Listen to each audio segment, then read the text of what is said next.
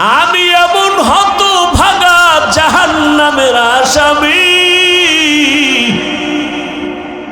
আমার আমল নামায় সব গুনাহ, গুনার গুনাহ, চোখের গুনাহ, হাতের গুনাহ, জবানের গুনাহ, অন্তরের গুনাহ, নামাজ না পড়ার গুনাহ, বেপরদায় চলার গুনাহ, গান শোনার গুনাহ, গীবতের গুনাহ, মিথ্যার গুনাহ, আমার আমল নামায় গুনাহ ছাড়া কিছুই নাই।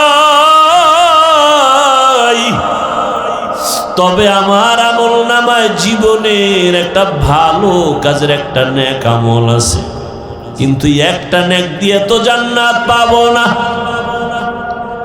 আমার অনেক গুনাহ বেশি, নেক একটা, এক নেক দিয়া জান্নাত আমি পাবো না। তবে আজকে এই বিপদের সময় আমি চাই আমার ভাইটাকে নেকটা দিয়া সহযোগিতা করি। ও ভাই, তুমি আমার নেকটা নিয়ে নাও। বলে তুমি জাহান্নামে যাবে, তোমার একটা নেক দিয়ে আমারে, তোমার লাভ কি? কয় আমার লাভ তো কিছুই না, তবে একটা তৃপ্তি, আমার একটা ভাইয়ের উপকার করতে পেরেছি, এটাই আমার তৃপ্তি। আমি আমার ভাইয়ের উপকার করতে পেরেছি। ও জগৎ সারের মুমিন,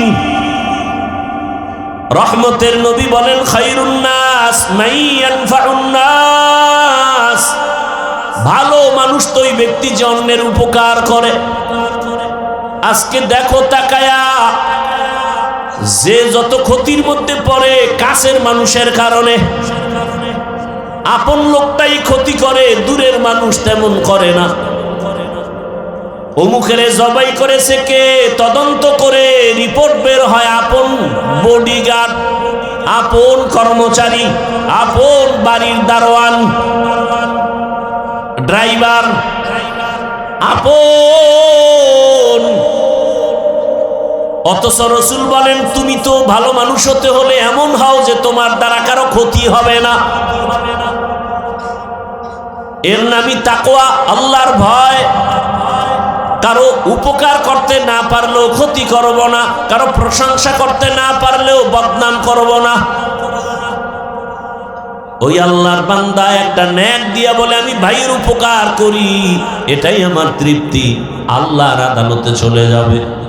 ওই বান্দা বলবে আল্লাহ নেক পেয়েছি, জান্নাত দাও। পাইলি কই? ছেলে? কয় না। মেয়ে? না। কে দিয়েছে? বলে আমার রক্তের কেউ দেয়নি। তবে আল্লাহ আমি হাঁটতেছি, তোমার এক বান্দা চোখের পানি ছেড়ে কাঁদে জাহান্নামের ভয়। ওই বান্দা তার আমল নামায় সব গুনাহ, একটা নেক ছিল, ওই নেকটা আমাকে দিয়েছে। কেন? কেন? তাকে দা আমার সামনে আনো। সামনে আনবে। তুমি কি এর একটা নেক দিছো? বলে হ্যাঁ আল্লাহ দিয়েছে। কেন? তুমি জান্নাতে যেতে চাও না? বান্দা কাঁদতেছে, আল্লাহ আমি যাব কেমনে, আমার তো নেক নাই, আমার গুনাহ গুনাহ গুনাহ, হাতের গুনাহ, চোখের গুনাহ, মিথ্যার গুনাহ, গুনার অভাব নাই। তবে আমার ভাই একটা নেকের অভাবে কান্না করে। আমি চাইছি আল্লাহ আমার একটা ভাইয়ের যদি একটু দয়া করতে পারি একটা নেক দিয়ে, এটা আমার তৃপ্তি। অন্তত আমি জাহান্নামে যাব, তবে আমার ভাইটা জান্নাতে চলে যাবে। আল্লাহর কুদরতি অন্তরে মায়ার জোশ, আল্লাহর কুদরতি অন্তরে রহিম নামের মায়ায় জোশ এসে যাবে। আল্লাহ বলবেন হে গোলাম, যে কঠিন মুসিবতের সময় তুমি তোমার একটা ভাইকে একটা নেক দিয়া দয়া করেছো, আমি মালিকের দয়া তো তার থেকে 1000 গুণ বেশি। আমি আল্লাহ কেন দয়া করব না? আমি রহিম নামের ওসিলায় আমি তোমাকেও জান্নাত দিয়ে দিলাম। या इलाही मुझसे मुझको दूर कर, ताकि देखो मुझ में तुझको एक नजर। या इलाही तू मेरा माबूद है या इलाही तू मेरा माशूक है। रहमतेर नबी बोलेन আমি আশঙ্কিত, আমি ভয় ভীত। আমার আগে একদল উম্মত ছিল বড় চালাক, এদের বংশে এদের গোষ্ঠীর মধ্যে অনেক নবী রাসূল আল্লাহ পাঠিয়েছেন। ওই গোত্রে ওই বংশের নাম, ওই দল, ওই গোষ্ঠীর নাম বনি ইসরাইল। ওই বনি ইসরাইলের আল্লাহ এত আদর করেছেন, ডাইরেক্ট আসমান থেকে খানা দিছেন। ডাইরেক্ট সন্ধ্যাবেলা দেখতো ছোট ছোট পাখি, আস্তা পাখি বুনা হয় জমিনে পড়ে, হালুয়া পড়ে বৃষ্টির মতো, নিশিরের মতো। জামানার নবী মূসাকে আল্লাহ বলছেন বনি ইসরাইল চালাকি করে যেন কালকের জন্য খানা রেখে না দেয়। আজকেরটা পেয়েছে, আজ খেয়ে ফেলবে, কালকে আবার দিব। যদি চালাকি করে খানা বন্ধ হয়ে যাবে। মজা পাইয়া বনি ইসরাইলরা খাইয়া কয়া সব খাইস না, কালকের জন্য রেখে দাও। রেখে দিয়েছে, চালাকি করে খানা বন্ধ হয়ে গেল। রহমতের নবী বলেন ওই বনি ইসরাইল যদি চালাকি না করত, আমার উম্মতেরাও কিয়ামত পর্যন্ত আসমানের ডাইরেক্ট খানা খেয়ে ঘুমাইতো। ওর চালাকির কারণে খানা বন্ধ হয়ে গেল। ওই বনি ইসরাইল এত চালাক, অহংকারের ভাব করে করে নিজেদের মধ্যে দলে দলে বিভক্ত হয়ে গেল ৭২। আর আমি মুহাম্মদের উম্মতের দলের মধ্যে আরো একটা বেড়ে যাবে। কয় দল হবে? কুল্লুহুম ফিন্নার, সবাই জাহান্নামে যাবে। ইল্লা মিল্লাতান ওয়াহিদা, এক দল জান্নাতে যাবে। ক্বালু মান হিয়া ইয়া রাসূলুল্লাহ ওয়া ফি রাওয়ায়াতিন মা হিয়া ইয়া রাসূলুল্লাহ। সাহাবায়ে কেরামদের মধ্য থেকে কেউ বললেন রহমতের নবী ৭৩ কাতারের মধ্যে যেই দলটা জান্নাতে যাবে তাদের পরিচয় কি? ক্বালা মা আনা আলাইহি ওয়া আসহাবি। ভালো করে খেয়াল করেন, রহমতের নবী যদি বলতেন আমি মুহাম্মদের আদর্শ মেনে যারা চলবে তারা জান্নাতে যাবে, এতটুকু বললেও তো হয়ে যেত। নবী এতটুকুই বলেন না। রহমতের নবী বলেন দুইটা আদর্শকে অ্যাডজাস্ট করে যারা জীবন চালাবে তারা জান্নাতে যাবে। এক হলো আমি মুহাম্মদের আদর্শ, আর আমার হাতে গড়া ছাত্র সাহাবায়ে কেরামের আদর্শ যারা মেনে চলবে। অতএব ১৫০০ বছর পরে ফাইনাল এখান থেকে আমরা শিক্ষা নিলাম, যদি কেউ বলে আমরা মুহাম্মদ আর নবী মানি, সাহাবাদেরকে মানি না, এরা মুসলমান হলো, এরা ৭২ কাতার জাহান্নামীদের অন্তর্ভুক্ত। তুকু যাও সুন্নতে আহমদ কো জাবা মুহাম্মদ कैबुअद निस्बत रामन अहब्बा सुन्नती कौले रसूल मजदाए काना माई हम कुन कबूल। এই যে ৭২ দলেরা জাহান্নামী, একদল জান্নাতি। এই যে ৭২ দল জাহান্নামে যাবে, এখানে কোনো হিন্দু নাই, বৌদ্ধ নাই, খ্রিস্টান নাই, ইহুদি নাই, সব মুসলমান। তাহলে বুঝেন তো মুমিন জান্নাতে যাওয়ার কতটা বাধা। যেই মানুষের এত দাম, ওই মানুষ আবার জাহান্নামের লাকড়ি হবে। ইয়া আইয়ুহাল্লাযীনা আমানু কু আনফুসাকুম ওয়া আহলিকুম নারা ওয়াকুদুহান নাসু ওয়াল হিজারা আলাইহা মালাইকাতুন গিলাযুন শিদাদুন লা ইয়াসুনাল্লাহা মা আমারাহুম ওয়া ইয়াফআলুনা মা ইউমারুন।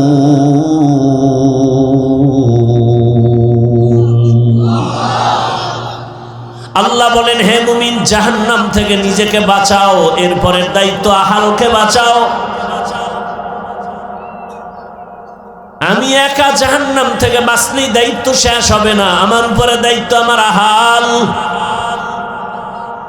আমি বাবা, আমার আহাল সন্তান, আমি স্বামী, আমার আহাল স্ত্রী, আমি শিক্ষক, আমার আহাল ছাত্র, আমি চেয়ারম্যান, আমার আহাল ইউনিয়নের মানুষ, আমি মেম্বার, আমার আহাল ওয়ার্ডের মানুষ, আমি এমপি, আমার আহাল আমার আসনের মানুষ, আমি সরকার প্রধান, আমার আহাল গোটা দেশবাসী, আমি একজন আলেম, গোটা উম্মত আমার আহাল, আমি মসজিদের ইমাম ও খতিব, মুসল্লি আমার আহাল, আমি বক্তা, শ্রোতা আমার আহাল। ও বক্তা, জাহান্নাম থেকে তুমি আগে বাঁচো, তারপরে তোমার আহাল শ্রোতাকে বাঁচাও। বাবা, জাহান্নাম থেকে আগে বাঁচাও, এরপরে তোমার আহাল সন্তানকেও বাঁচাও। স্বামী, জাহান্নাম থেকে নিজেকে আগে বাঁচাও, এরপরে তোমার আহাল স্ত্রীকেও বাঁচাও। ইমাম সাহেব, জাহান্নাম থেকে নিজেকে আগে বাঁচাবেন, এরপরে মুসল্লিদেরকে বাঁচাবেন। শুধু নিজে বাঁচবেন, মুসল্লি বাঁচাবেন না, হবে না। বড় কঠিন কথা। ক্বালান নবী সাল্লাল্লাহু আলাইহি ওয়া আলিহি ওয়াসাল্লাম, আলা কুল্লুকুম রাইন ওয়া কুল্লুকুম মাসউলুন আন রাইয়াতিহি। সবাই দায়িত্বশীল, আল্লাহর আদালতে দায়িত্বের জবাবদিহিতার কাঠগড়ায় দাঁড়াতে হবে। কিয়ামতের ময়দানে বহু মা বাবা শুধু সন্তানের অন্যায়ের কারণে জাহান্নামে চলে যাবে। দুনিয়াতেই তো অন্যায় করে সন্তান, মা বাবার হাতে কেন পুলিশের হ্যান্ডকাপ লাগানো হয়? আর দুনিয়া মাজরাতুল আখিরা, আখিরাতের নমুনায় দুনিয়ায় তাকায় দেখো। বাবার অন্যায়, কিন্তু সন্তানের অন্যায়ের কারণে বাবার হাতে হ্যান্ডকাপ। কিয়ামতের দিন বহু বাবা মা শুধু সন্তানের অন্যায়ের কারণে জাহান্নামে যাবে। হাসরের মাঠে সন্তান মা বাবার বিরুদ্ধে আল্লাহর আদালতে মামলা পেশ করবে। রব্বানা ইন্না আতা'না সাদাতানা ওয়া কুবারানা ফাআদাল্লুনাস সাবিলা। রব্বানা আতিহিম যিফাইন, রব্বানা আতিহিম যিফাইনি মিনাল আযাব ওয়ালআনহুম লা'নান কাবীরা। সূরা আহজাব 67 নম্বর আয়াত। মা বাবার বিরুদ্ধে সন্তান মামলা দায়ের করবে। আল্লাহ বলবে, এই ছেলে নামাজ পড়ছো না, রোজা রাখছো না, জিকির করছো না, তেলাওয়াত করছো না, কেন? বলবে, ও দয়ার মালিক, সব আমার মা বাবার দুর্বলতা। আমার মা বাবা কোনোদিন আমাকে নামাজের দাওয়াত দেয় নাই, রোজার দাওয়াত দেয় নাই, জিকিরের দাওয়াত দেয় নাই, কোরআন শিখায় নাই। অথচ কত ডিসি দেখছি টেবিলে বসে বসে কোরআন তেলাওয়াত করে। ডিসি সাহেব ডিসির চাকরি পেয়ে কি কোরআন শিখা শুরু করেছেন? কয় না। আব্বা আম্মা সেই ছোটবেলা মক্তবে পাঠাইছেন, আর ওখানে গিয়ে কোরআন শিখে ফেলেছি। অতএব জাহান্নাম থেকে নিজে বাঁচতে হবে না, আহালকে বাঁচাতে হবে। আল্লাহ বলেন, হে মুমিন, দুটো আদেশ দিলাম। এক, আমাকে ভয় করো। কাকে ভয় করব? একমাত্র আল্লাহকে ভয় করো। দুনিয়ার সব তোমাকে ভয় করবে। এই ভয়ের নাম তাকওয়া, এ ভয়ের নাম খাশিয়া, এ ভয়ের নাম খাউফ। وأما من خاف مقام ربه ونهى النفس عن الهوى فإن الجنة هي المأوى।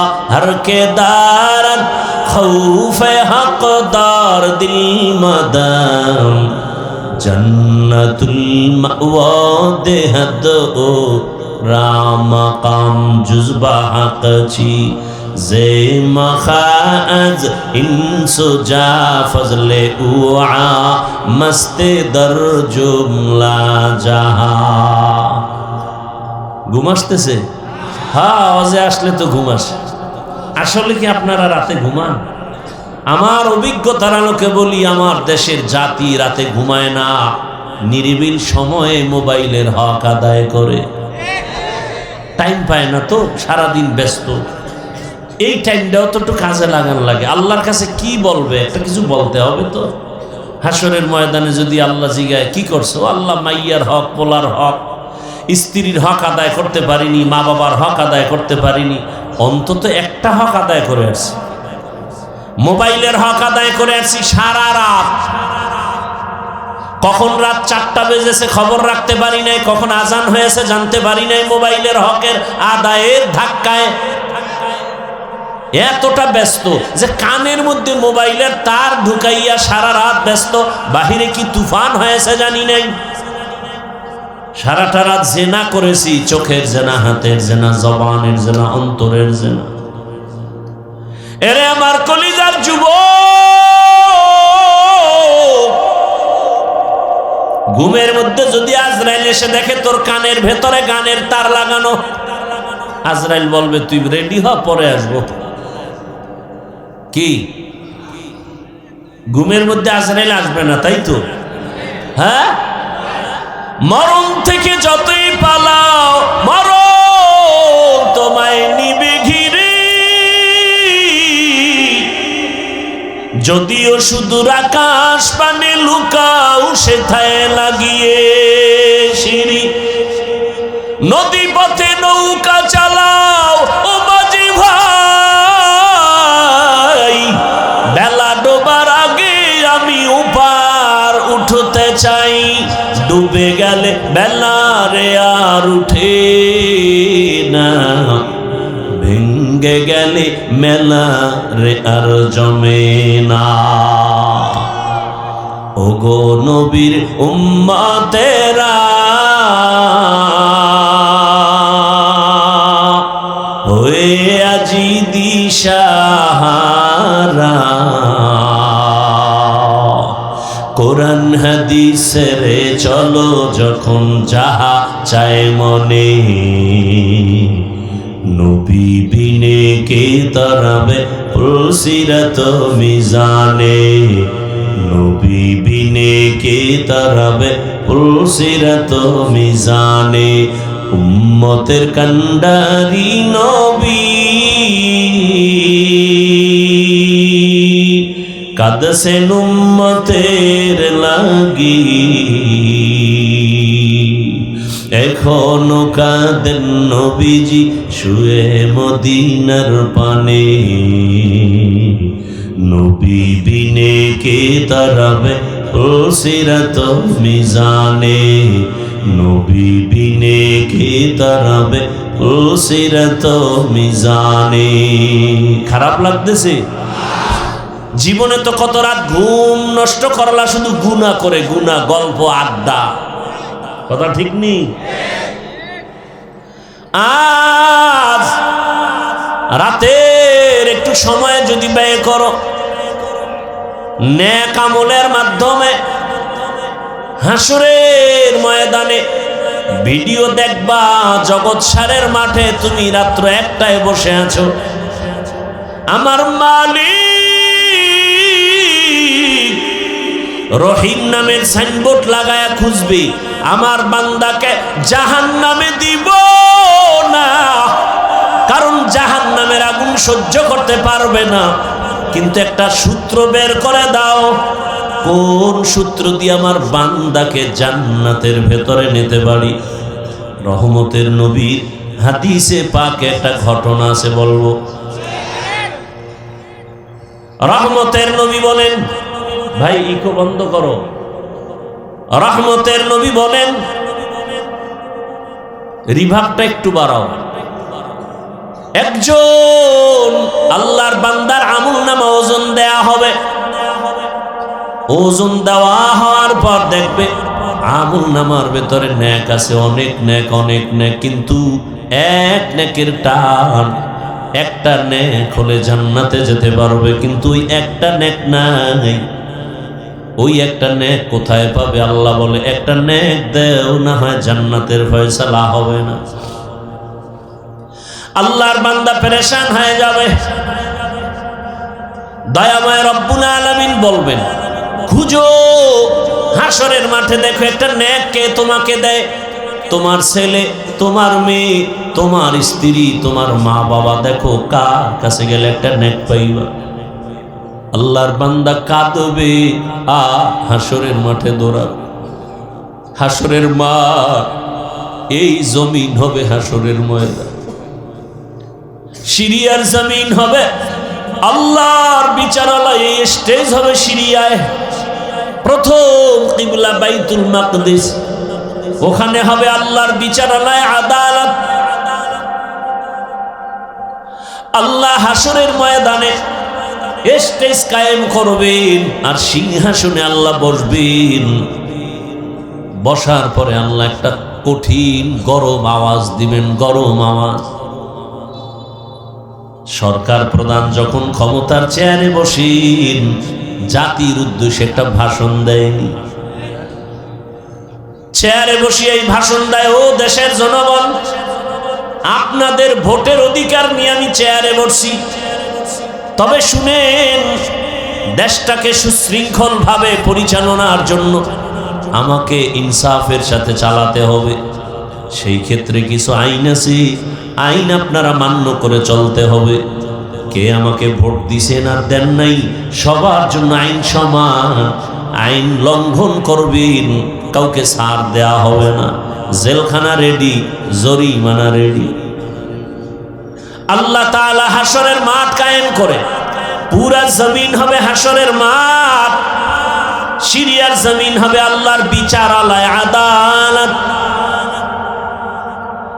আল্লাহ এত গরম একটা আওয়াজ দিবেন, ওই আওয়াজে হাসরের ময়দানটা থরথর করে কেঁপে উঠে, মানুষ বেহুশ হয়ে যাবে। আরে বাবায় রাগ করে সন্তানের উপরে, এত পরিমাণ রাগ, ওই সন্তানের রাগটা কে থামাবে? বাবায় যখন রাগ হয়ে গেছি, সন্তানের মারবে, একটা ছুরি হাতে নিয়ে কয়, পেলে এখন জবাই করব। ওই বাবার রাগ কেউ থামাতে পারে না। স্ত্রী পাশে গিয়া বসে সুন্দর কথা বুঝায় বুঝায় থামায়, এই স্বামী আমার, এত পাগল হলে কি হবে? এই মুহূর্তে তুমি রাগ করেছো, সন্তানটার উপরে যদি একটা অ্যাক্সিডেন্ট করেই ফেলো, তুমি তো আবার কান্না করবা, থামো। তাহলে স্বামী রাগ হলে সন্তানের উপরে মা এসে থামায়, কথা ঠিক নেই? আল্লাহ যদি রাগ করে, থামাবে কে? কঠিন হুঙ্কার দিবেন, এমন কঠিন। হাসরের মাঠে সব উলঙ্গ দাঁড়ানো হবে, নারীরাও উলঙ্গ, পুরুষেরাও উলঙ্গ, সব এক জায়গায়। আম্মা জান আয়েশা রাদিয়াল্লাহু আনহা বলেন, ও রহমতের নবী, লজ্জা লাগবে না? কেউ কারো দিকে তাকালে তো লজ্জা পাবে। রহমতের নবী চোখের পানি ছেড়ে বলেন, ও আয়েশা, হাসরের মাঠ এমন কঠিন, এমন কঠিন হবে, কেউ কারো দিকে তাকানোর হুঁশ থাকবে না। কেমন কঠিন হবে যে কেউ কারো দিকে তাকানোর হুঁশ থাকবে না। আল্লাহ যদি রাগ করেন তো কে থামাবে, কে নরম করবে? আমার আল্লাহকে তো কেউ নাই। আল্লাহ কয়, ওয়ামা আরসালনাকা ইল্লা রাহমাতাল লিল আলামিন।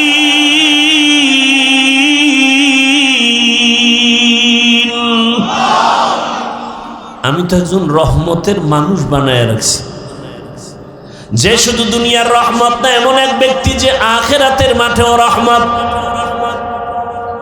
আল্লাহ বলবেন, হাসরের মাঠ এখন প্রস্তুত, মানুষগুলো সব মাটির নিচে, সবার আগে বলবে, যাও আমার সিংহাসনের পার্শ্বে রহমতের নবীকে নিয়ে আসো, আমার ডান পার্শ্বে আমি বসাবো।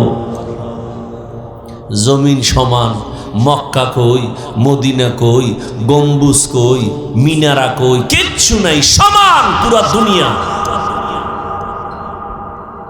ফেরেশতাকে আল্লাহ নবী কই, এই বরাবর হাঁটো, হাঁটতে থাকো, হাঁটতে থাকো, হাঁটতে থাকো, যেখানে আমার রহমতের নবী রওজা মুবারকে হাজির, ওই জায়গায় গিয়ে দেখবা একটা নূরের আলো মাটির উপরে দেখা যায়। আমার সালাম দিবা, রসুল দাঁড়ায় যাবেন, আমার কাছে নিয়ে আসবা, এবার আনবেন রহমতের নবীকে, আমার রবের পার্শ্বে সিংহাসনে বসাবেন। আল্লাহ যখন গরম আওয়াজ দিবেন, লিমানিল মুলকুল ইয়াউম লিল্লাহিল, এই আপনাকে কি হেদায়েত হয়ে গেছে নাকি? হ্যাঁ, কারো জ্যৈষ্ঠ মাস, কারো সর্বনাশ না? মরাডারে মারো কেন, কয় লড়ে কেন? আমার দফা ঠান্ডার হে আরামে ঘুমাইতে যায় না বিড়ি টানতে যায়? তো কওয়াও যায় না। আল্লাহ হেদায়েত দান করুন, হেদায়েত হয়ে গেছে। ভেতরে দীর্ঘ টাইম বসার শক্তি না থাকলে ওই ভাইগো মতো বাইরে দাঁড়ায় শুনবেন, ফাঁকে ফাঁকে বিড়িও টাইনে আবার আসবেন। সমস্যা কোথায়? ভিতরে ঢুকে ডিস্টার্ব করেন কেন? আল্লাহ হেদায়েত দান করুন।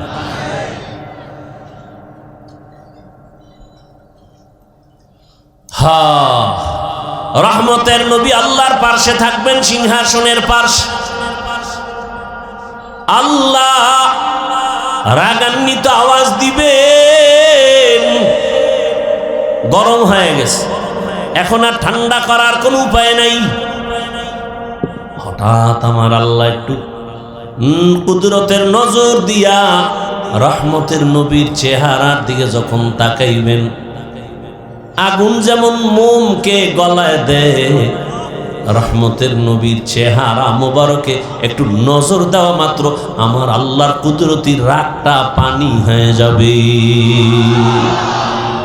ইমামুল আউয়ালিনাল আখিরিন বাহরে সদকা রহমাতান লিল আলামিন সাইয়্যিদুল কাউনাইন খাতমুল মুরসালিন আখির আমদ বুদে ফখরুল আউয়ালিন। ভাইরা আমার, ওই আল্লাহর বান্দা পাগলের মতো ঘুরবে, একটা নেকের টান কোথায় পাবো?